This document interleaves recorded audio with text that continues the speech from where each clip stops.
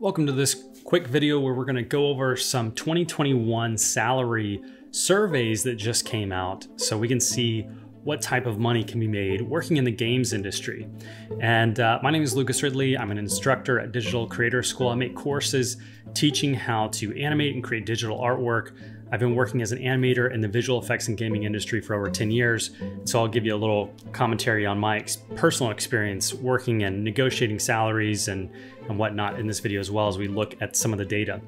Now, one thing to keep in mind is this is coming from Skill Search, which is most of their survey people and data came from the UK and Europe. So it kind of focuses on that area, and also the data, just to be aware, kind of skews the most people that reported came from the UK. So just be aware of that as we're looking at some of this data. So let's take a look at the PDF. I will link in the description as well, so you can take a look at this, because we're just going to look at the kind of global overview here. And there's other pages that go into more detail about the UK and Europe and that demographic as well. So just quickly, I feel like this should have been the first page of their PDF, but you can basically see who responded here. So what kind of data we're working with. You can see it's mostly people from the UK that responded.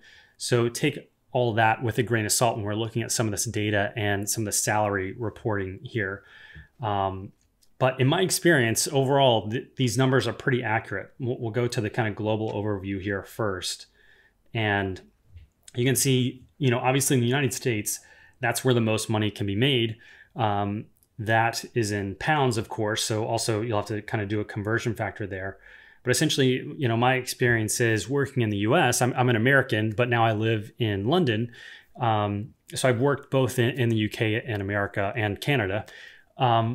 You can make the most money in the United States in visual effects and in gaming. The flip side of that is your expenses are going to be much higher because they don't have universal healthcare. So, and a lot of these places in the US work on a contract basis. So they're not paying for your health insurance. There's kind of a funny video here where they actually, not funny, the name of the video is Why America Sucks at Everything, but it gives some data, despite the sensational headline there. If you're interested in comparing kind of countries and lifestyles of living in them, you can see percent of wage loss is actually much higher in the United States because of those types of considerations.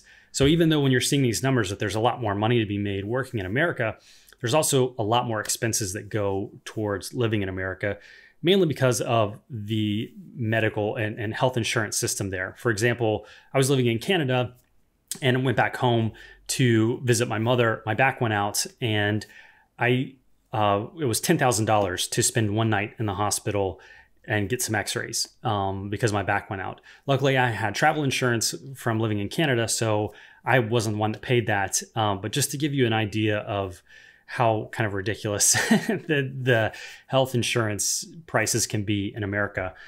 This is an interesting video. I'll link in the description as well. But back to the overview here, essentially the numbers, like, for example, I was making as a mid kind of animator in the United States would be what I was seeing like a lead or a director even making in Europe.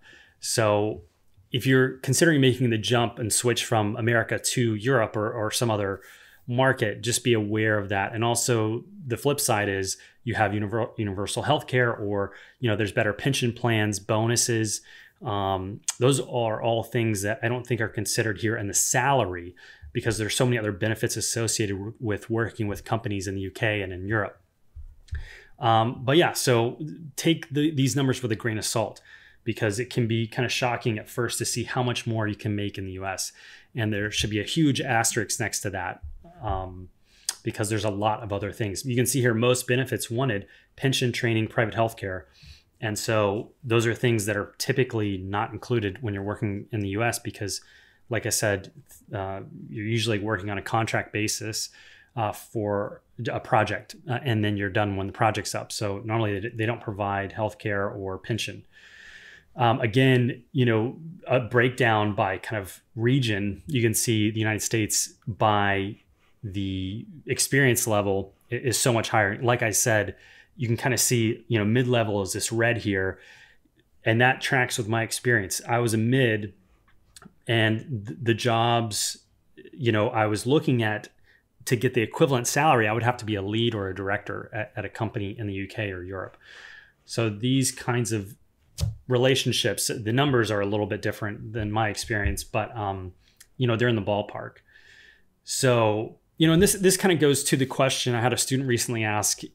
They were on Glassdoor or something looking at salaries and seeing that they didn't think they could make a living in this industry, and that's just not the case. Especially in these other countries where, there's so many other benefits to working at the company, like pension and health insurance. So the short answer to that student's question is, can I make a living in this industry? It's absolutely yes. The things you need to consider are where these jobs are, because they're going to offer you a salary based on their location and the cost of living in that location. So if you're looking at a place in London versus a place in Edinburgh, for example, those have two different costs of living.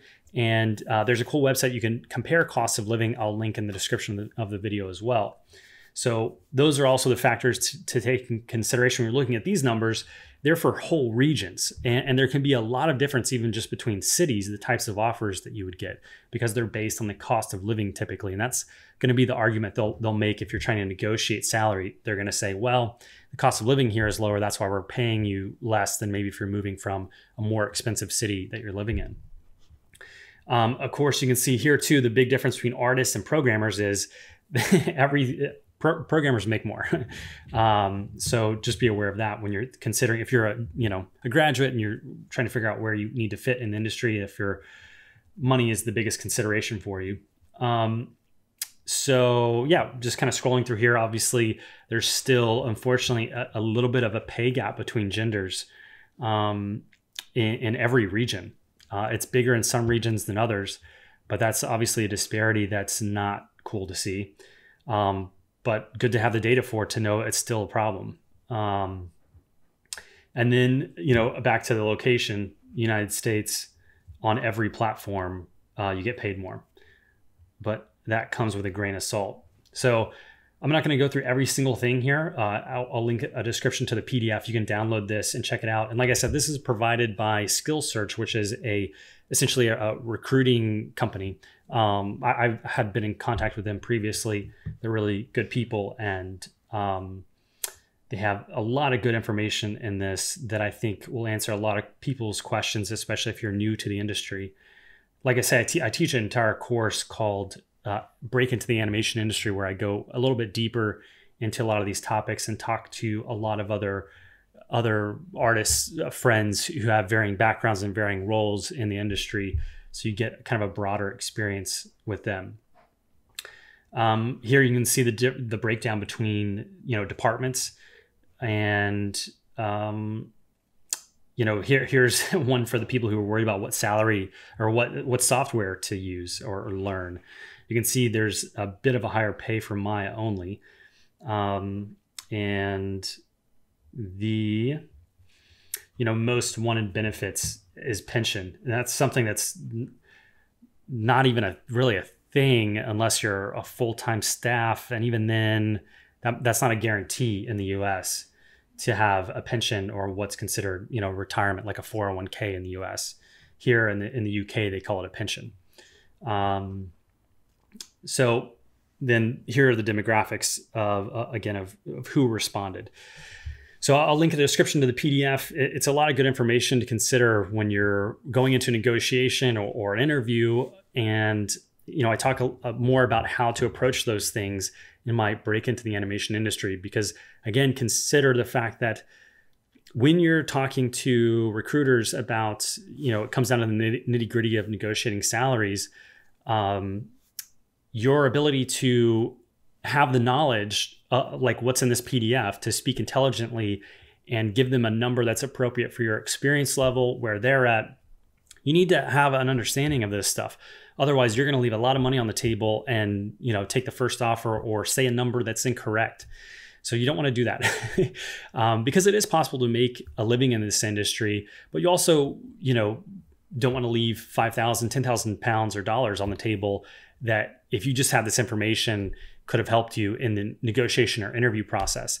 And so I talk a little bit about that more in my course, Break into the Animation Industry. You can find at digitalcreatorschool.com. Because there can be a big difference there if you don't know what you're doing. Another cool person to check out just as far as negotiations in general for interviews is Ramit Sethi. He wrote a book called I Will Teach You to Be Rich that I highly recommend. You know, I don't have any skin in the game for that. He's just a cool guy that I like to follow on Insta. He posts a lot there and has his own courses and stuff, but that book is really good, but he teaches a lot about negotiation tactics in general for interviews. Some of it doesn't apply because there are some hard and fast rules here that you'll kind of see. You can only negotiate so far. Sometimes they're like, look, our budget is this, or, you know, you don't want to overplay your hand as well as the flip side. If you're too aggressive and you're saying numbers that are way out of the ballpark, and that just ends the conversation altogether, and they'll, you know, just hire someone who's less expensive than that and has the same experience. So you want to be able to speak intelligently about these topics in the interview process.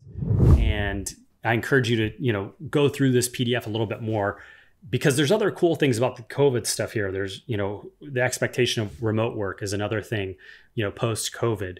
And that could change how, you know, offers are being made, because pre-COVID, you know, a lot of them are made based on the living expenses of the city that the studio is based in. So as things change, that might change as well.